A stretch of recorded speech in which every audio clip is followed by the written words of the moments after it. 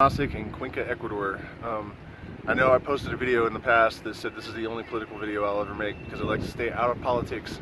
And I don't know that this is exactly a political video, but there's definitely some politics involved. So I apologize for going back on my word, but I think that this is a significant enough issue, and I think the underlying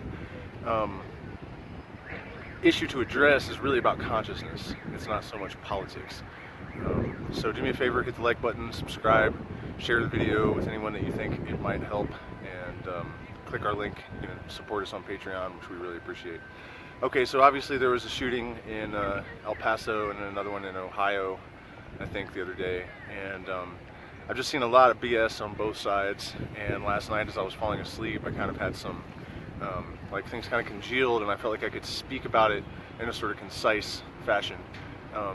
So first of all, I'd like to say to all the Republicans out there, the hardcore conservative gun nut guys that are never going to watch this video anyways, that you have way too many guns. They're not going to take them away. And the conspiracy theories about how these are staged, there's crisis actors, that they're not even real. I wouldn't be surprised, honestly. I would not put that past the government, but I think that this has gone on for so long and the body count is so high at this point, and all of the people that want your guns to be legislated out of your hands already want the guns legislated out of your hands. So to continuously do this without passing legislation, where's the legislation at? Why hasn't it, has it been introduced anywhere? I'm sure there are states that are doing different things. I know there actually are controls on assault weapons in places like California. But I think that kind of shoots a major hole in this conspiracy idea that this has been happening for 40 years now, and you still have assault rifles and ammunition and all of that stuff. So I think that argument is kind of wearing thin a little bit. And then at the same time, liberals, these people are not going to give up their guns. There are 320 million plus guns, and those are the legal ones that we know about. And honestly, I've lived outside of society my whole life. I was raised by outlaws, around outlaws, and then I moved out to California where I lived around outlaws. I've probably seen 1,000 guns, and probably 10 of them were legal. Murder also is extremely illegal.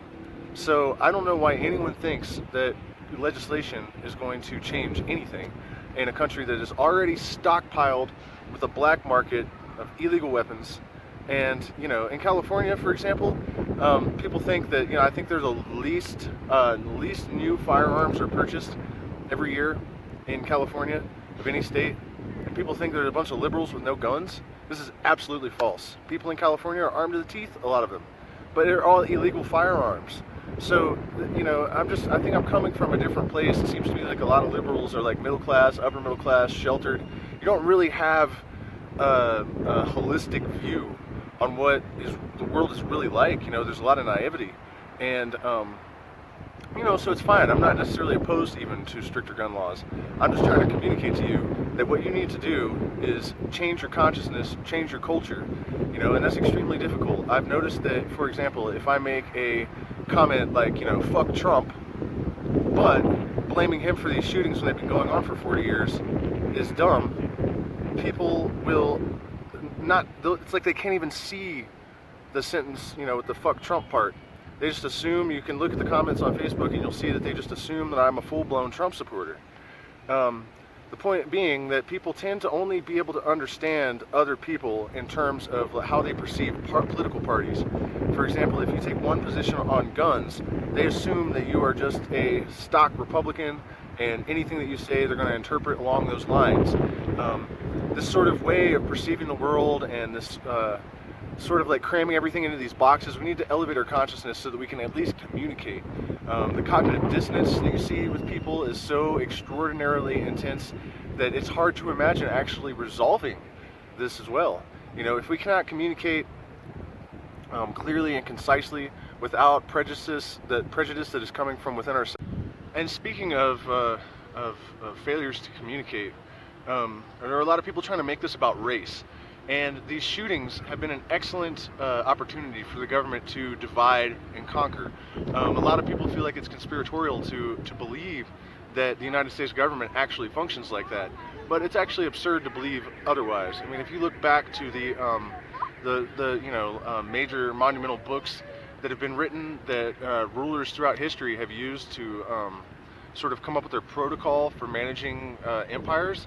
Population control has always been a part of the agenda, and keeping the populace divided, because then they're easier to rule. There is a massive evolution of consciousness going on right now, and that is a major threat to the elite, because if the lower classes, for example, were to come together and realize that, no, black people, you actually are, and I'm not saying racism isn't real, but poor white people are almost as screwed.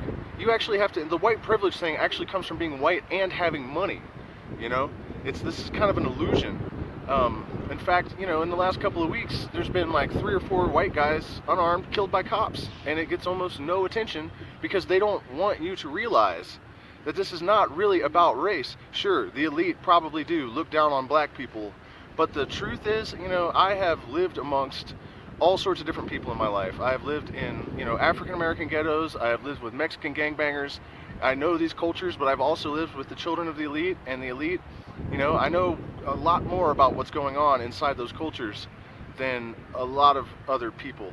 And I know the elite look at anyone who's not wealthy and powerful as something akin to a microbe. Whether you're black, white, whatever, if you're not rich and powerful, your life is worth less than nothing, period. So a lot of this stuff that they're portraying in the media as race-based is actually just designed to keep people separate, to keep them from coming together, to widen the chasm. And this is the opposite of what we need, and it's working beautifully. That's why some of these attacks are in churches, and now I am getting kind of conspiratorial, and I should say that I do think that some of these attacks probably are black flag operations. And because of this, they seem so highly targeted. You know, it's an attack on a church, so now the religious and the atheist or whatever are, you know, they're divided more.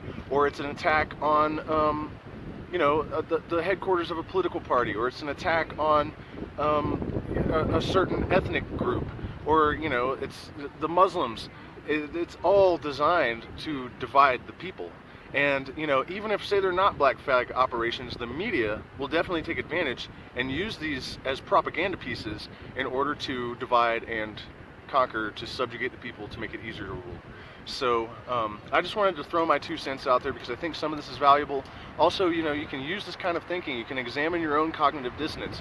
You can look at your own party prejudice, because I promise you that as far as like objective reality and truth goes, the red Republican conservative people do have some valid points, and so do the liberals. And as long as everyone's just committed to the party agenda rather than actually being guided by intuition and truth and fairness and justice, we have no hope of resolving anything. So hit the like button, subscribe, support us on Patreon. Thank you very much for watching.